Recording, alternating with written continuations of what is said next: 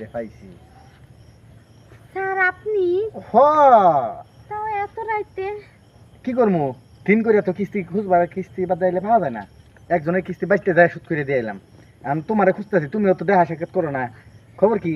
Sir দেশের অবস্থা ভালো না, আমার জামাই তেমন কামাই নেই, এই কারণে কিস্তি দিতে পারিনি বলে পলাইছিলাম। এখন শেষ মতন রাইতে দেখাই হয়ে গেল। তাই হ্যাঁ, পলাইছিলা? হ্যাঁ।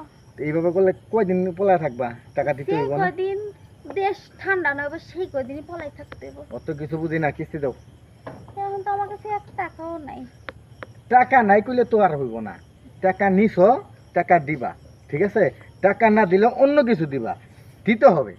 স্যার অন্য কিছু আর কি দেবো? পিঁপড়ে যে কামড়াগুলো দিতেছে ওইগুলো যদি আরে। আপনি একটু খাইতেন তাহলে বুঝতেন, একটা পরিশোধ হয়ে তোমার যেত। ভাগ্যওয়ালা যে পিঁপড়াই কামড়াইতেছে, আমি এখনো কামড় দিইনি তোমার। আপনি কি পিঁপড়ের মতন কামড়াইতে পারেন? আমি পিঁপড়ার মতো কামড়াই না, কিন্তু আমি যেবা কইরা কামড়াই এটা সারা জীবন মনে রাখবো। তাই হ্যাঁ। তা আমার একটু কামড়াই দেখেন তো। জামু।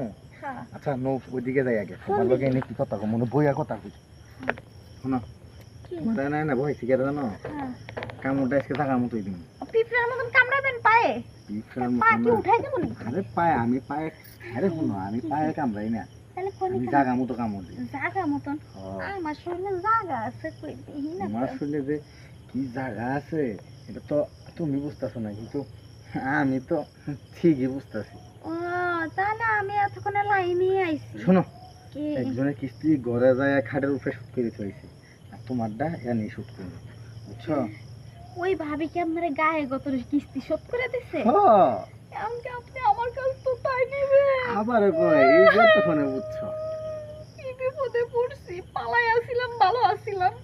শোনো, নাটক করো না, টাকা দিবা না আমার কাছে স্যার একটা টাকাও নেই। তাহলে গায়ে গতরে সুদ দিমু, কি কও? গায়ে গতরে শোধ নিতে চান? তা নিয়ে নেন, কিছু হবে না। তাহলে তো প্রতি মাস সপ্তাহের কিস্তিটা গায়ে গতরে নিয়ে যায়। আল্লাহ, তাহলে তো দেখি বসে ভাই, তো খারাপ।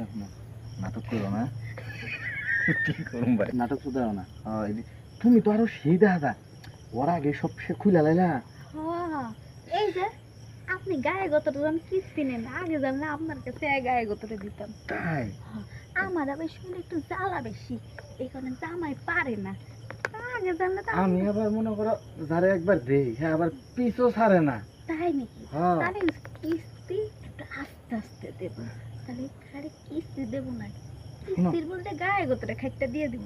আরে তাহলে তো কোনো কথাই নেই। তাই হ্যাঁ, লাগলে আরো 1 লাখ টাকা দিব তোমারে। মেঘ কিস্তি নাচতেছে। দিবা, মাসে একটা করে দিবা, সপ্তাহে দেন না, মাসে একটা করে দিবা, সমস্যা কি? এটি- আর বাকি দিব মনে করো এমনি সুদ করে দিন। না এমনি শোধ করা লাগবে না, প্রতি সপ্তাহে নিবেন। আরে আমি একটু দিলাম আপনারে। ও তাহলে আর কি লাগে? তাহলে চলো যেটা শুরু করবো শুরু করি। তা চলেন শুরু করি। কাট। যাক অনেক মজা পাইছি, এরকম জামাইয়ের সাথে না থেকে আপনার লগে ডেলি ডেলি থাকলে আমি একটু শান্তি পাবো। কি বুঝলা, জামাইয়ের সাথে বেশি পারি না কম পারি? জামাইয়ের সাথে বেশি পারে, একবার আমার মনের মতন। তোমার তো এটা খালি টেইলার দেখাইলাম, যদি আসল ফিলিংসটা দেখাই না তাইলে মনে করো পুরা পাগল হয়ে যাবো, আর পিস ছাড়বার চাইবা না। কথা শুনে আমার হয়ে গেছে। তোমার তো এটা খালি টেইলার দেখাইছি, আসল ফিলিংস তো এখনো বাকি আছে। আপনার কথা শুনে স্যার আমার তো এমনি উঠেই গেছে। তাই হ্যাঁ। তাহলে আজকের মতো যাই, আর একদিন সামনের সপ্তাহে সুযোগ পাইলে মনে করো পুরা টেইলারটা দেখাই দিব, কি কো?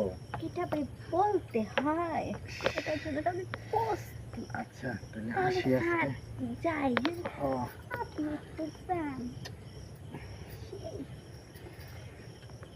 তোমারে খালি আরেকটা দিন পায়া লই, তারপরে দেখবা তোমারে এমন পাগল বানামু আর এমন স্টাইলে করমু, তুমি আর যাইবারই চাইবা না, তোমার জামাইয়ের ভাতি খাবা না তুমি।